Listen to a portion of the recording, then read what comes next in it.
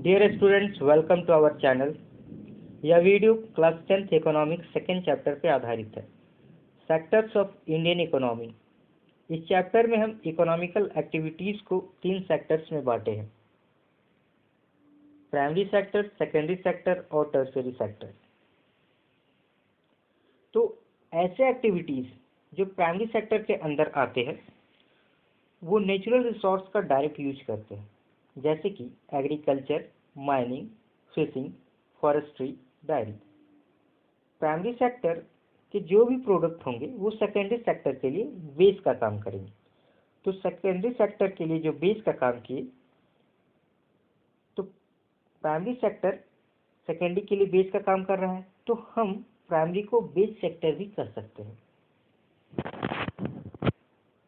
जितने भी natural products हैं वो प्राइमरी सेक्टर के प्रोडक्ट्स बनेंगे और वही प्रोडक्ट्स आगे चल के सेकेंडरी के लिए बेस का काम करेंगे। पिक्चर में हम देख सकते हैं, ये कुछ एग्जांपल्स है प्राइमरी सेक्टर के, जैसे कि फिशिंग, एग्रीकल्चर, फॉरेस्ट्री। 2 और एग्जांपल्स हम यहाँ देख सकते हैं, माइनिंग और मिनरल एक्सट्रैक्शन, ये भी प्राइमरी के ही अंदर आते हैं। अब सेकेंडरी सेक्टर, जो भी प्रोडक्ट हमें प्राइमरी सेक्टर से मिले उसको अदर फॉर्म में कन्वर्ट करना सेकेंडरी सेक्टर में आता है। ऐसे एक्टिविटीज जहाँ पे हम मैन्युफैक्चरिंग करें, जहाँ पे हम फॉर्म बदले, किसी न्यू प्रोडक्ट का मैन्युफैक्चरिंग हो, उन एक्टिविटीज को हम सेकेंडरी सेक्टर के अंदर लाते हैं। एग्जाम्पल के तौर पे ले लें कि प्राइमरी सेक्टर से हमें कॉटन मिला और सेकेंडरी सेक्टर में आके उस कॉटन का क्लॉथ बनाया जाएगा, तो ये एक एग्जाम्पल था सेकेंडरी सेक्टर। इसी तरह सेकेंडरी सेक्टर के अंदर बहुत सारे मैन्युफैक्चरिंग एक्टिविटीज किए जाते हैं और सेकेंडरी सेक्टर से जैसे ही हम आगे जाएंगे तो जो भी प्रोडक्ट बने हैं मैन्युफैक्चरिंग करके, अब उसे हमें डिस्ट्रीब्यूटर के पास जाना होगा, उन प्रोडक्ट को हमें मार्केट में सप्लाई करना होगा। तो उन सब एक्टिविटीज जो सेकेंडरी सेक्टर और प्राइमरी सेक्टर को सपोर्ट प्रोवाइड करे, वो सारे एक्टिविटीज टर्शियरी सेक्टर के अंदर लिए जाते हैं। टर्शियरी सेक्टर सर्विस प्रोवाइड करता है, इसीलिए टर्शियरी सेक्टर को सर्विस सेक्टर के नाम से भी जाना जाता है। टर्शियरी सेक्टर के अंतर्गत communication, transport, banking etcetera, information technology और बहुत सारे एक्टिविटीज आते हैं। टर्शियरी सेक्टर एक बेस प्रोवाइड करेगा, सपोर्ट सिस्टम प्रोवाइड करेगा उन प्राइमरी सेक्टर और सेकेंडरी सेक्टर के लिए।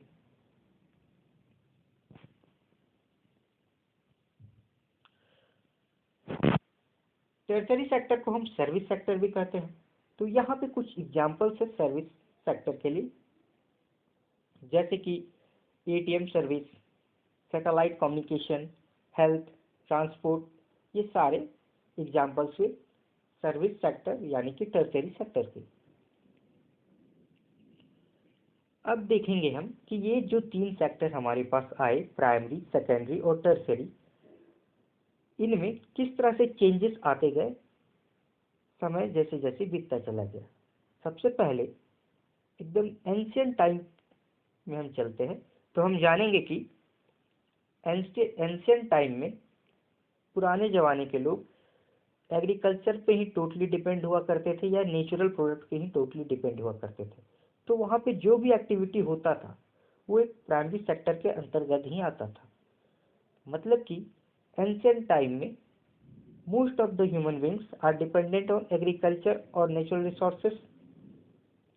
यहाँ पर primary sector most of the employment create कर रहा था। जैसे जैसे समय बीता तो मैन्युफैक्चरिंग इंडस्ट्रीज का डेवलपमेंट ज़्यादा होने लगा, मैन्युफैक्चरिंग इंडस्ट्रीज ज़्यादा बढ़ गए, मैन्युफैक्चरिंग एक्टिविटीज़ ज़्यादा होने लगे। तो लोगों का जो प्राइमरी सेक्टर पे जो लोग थे वो धीरे धीरे सेकेंडरी सेक्टर की ओर बढ़ना चालू किए और एक समय ऐसा आया कि सेकेंडरी सेक्टर सबसे ज़्यादा प्रोडक्शन करने वाला सेक्टर बन गया और सबसे ज़्यादा एम्प्लॉयमेंट भी सेकेंडरी सेक्टर ही दे रहा था। लेकिन 100 सालों के बाद आज के दौर में सर्विस सेक्टर यानी कि टर्शियरी सेक्टर सबसे ज़्यादा एम्प्लॉयमेंट और सबसे ज़्यादा प्रोडक्शन दे रहा है। टर्शियरी सेक्टर के अंदर में बहुत सारे ब्रांचेस हैं, ट्रांसपोर्ट, बैंकिंग, इंफॉर्मेशन टेक्नोलॉजी और ऐसे बहुत सारे। ये हमें प्राइमरी और सेकेंडरी को सपोर्ट देता है ये सेक्टर, इसीलिए इसमें बहुत सारे एम्प्लॉयमेंट अपॉर्चुनिटीज भी क्रिएट किए हुए हैं बीते कुछ दशकों से। अभी हमने देखा कि 3 सेक्टर हमारे पास थे और जो भी प्रोडक्ट हमें मिले इन तीनों सेक्टर से, चाहे वो सर्विस के मामले में हो, चाहे वो मैन्युफैक्चरिंग के मामले हो, या फिर प्राइमरी सेक्टर में जो भी एक्टिविटीज हुए, इकोनॉमिकल एक्टिविटीज हुए, उन लोगों का मॉनिटरिंग वैल्यू क्या है, वो टोटल कितना मॉनिटरिंग वैल्यू कंट्री को प्रोवाइड करती है, उस चीज को हम किस तरह से मेजर करेंगे। तो उस चीज को हम जीडीपी के द्वारा मेजर करते हैं। GDP stands for gross domestic production. यहाँ पे हम देखेंगे कि तीनों सेक्टर में कितना कितना प्रोडक्ट हुआ और उस प्रोडक्ट का कितना मार्केट वैल्यू है, उस चीज को कैलकुलेट किया जाएगा जीडीपी के तहत। अब जैसे कि फाइनल गुड्स एंड सर्विसेज की बात की जाए, एनसीईआरटी में ये वर्ड फाइनल गुड्स आया है। फाइनल गुड्स का मतलब जो भी प्रोडक्ट बने प्राइमरी में, सेकेंडरी में और टर्शियरी में, और जब वो मार्केट तक आया तो उसमें जितने भी एक्टिविटीज शामिल हुए हो उस प्रोडक्ट के अंदर, या एक ऐसा प्रोडक्ट जिसमें 2-4 प्रोडक्ट कॉम्बिनेशन करके एक न्यू प्रोडक्ट का फॉर्मेशन हुआ और वो मार्केट में आया, उसे हम फाइनल गुड कह सकते हैं। जैसे कि एग्जाम्पल के तौर पे लिया जाए, प्राइमरी सेक्टर में हमने गेहूं उपजाई और सेकेंडरी सेक्टर में उसका फ्लोर बनाया गया, आटा बनाया गया, और फिर सेकेंडरी सेक्टर में मैन्युफैक्चरिंग हुआ बिस्किट का। उसमें गेहूं, शुगर और अलग अलग फ्लेवर डाले गए उस बिस्किट को बनाने के लिए। उसमें अलग अलग तरह के प्रोडक्ट का मिक्सचर किया गया, तब वो जाके बिस्किट तैयार हुआ। जहाँ पे अब हम बिस्किट का जो फाइनल प्राइस होगा वो उन सारे इंग्रेडिएंट के प्राइस के को इंक्लूड करेगा जो उसमें लगाए गए हैं। तो जब लास्ट में मार्केट में जब ये प्रोडक्ट मिलेगा लोगों को, तो जो अमाउंट पे किए जाएंगे कंज्यूमर के द्वारा उस प्रोडक्ट के लिए, उसमें टोटल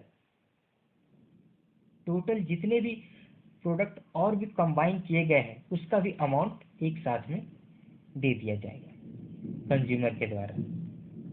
इसी चीज को हम फाइनल गुड्स कह सकते हैं।